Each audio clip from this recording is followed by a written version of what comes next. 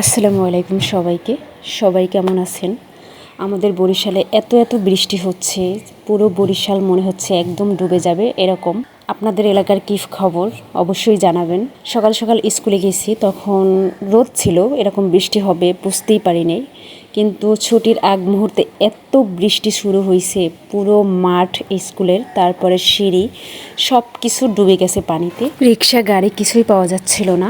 আর wait করতেছিলাম যদি বৃষ্টি একটু কমে, কারণ এই যে নোংরা পানিতে, ড্রেনের পানি তারপরে বৃষ্টির পানি মিলে একাকার হয়ে গেছে। চাচ্ছিলাম না এই পানিটা পাড়াতে। দুর্ভাগ্য, বৃষ্টি কমছে কিন্তু পানি কখন কমে বলা যায় না।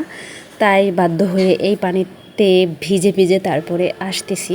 আর আমার বাবু তো ভীষণই খুশি, বাচ্চা মানুষ এরকম পানি দেখলে তো অনেক খুশি হয়।